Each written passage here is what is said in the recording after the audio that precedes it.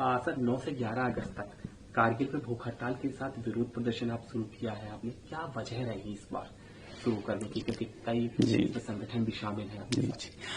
आज 9 तारीख से 11 अगस्त तक कारगिल में कारगिल डेमोक्रेटिक अलायंस जो है वो एपेक्स बॉडी ले के साथ मिलके ये संघर्ष कर रहे हैं, अनशन कर रहे हैं, बल्कि 3 दिन का। तो इसका कारण यही है कि पिछले कई महीनों से जो बातचीत शुरू हुई दिसंबर जनवरी में, वो बहुत धीमे चले। पिछले 8 महीनों में 2-3 ही वार्ताएं हुई और अब रुक से गए हैं। जो बुलाने वाले थे जुलाई में 15 को, 20 को, फिर 28 को कहा गया, फिर बुलाया नहीं गया।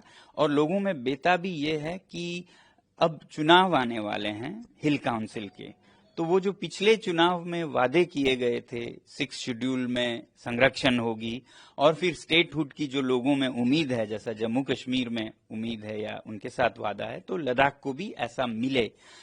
खासकर इन 2 मुद्दों पर लोग दोबारा से आवाज उठा रहे हैं कि इन्हें आप चुनाव से पहले लद्दाख के जो हिल काउंसिल के, इस पे गौर कीजिए और इस पे उसे सुलझाइए, बातचीत दोबारा शुरू कीजिए।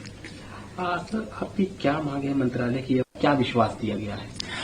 देखिए, अभी तक जो 4 बिंदु थे, जिसमें से 3 मुख्य थे, एक स्टेटहुड का या डेमोक्रेसी का, एक संरक्षण का और तीसरा था रोजगार का, जो कि छोटा था मगर उस पे काफी बातचीत हुई, उस पे कुछ समाधान भी निकले। और अब बारी है खास जो मुद्दे हैं उनकी, वो हैं 6वां शेड्यूल और लोकतंत्र की बहाली, जिस पर कोई बयान नहीं दिया गया, बस बुला नहीं रहे हैं। और लोगों को ये लगता है कि वो टाल रहे हैं तब तक कि जब तक ये चुनाव खत्म ना हो जाए।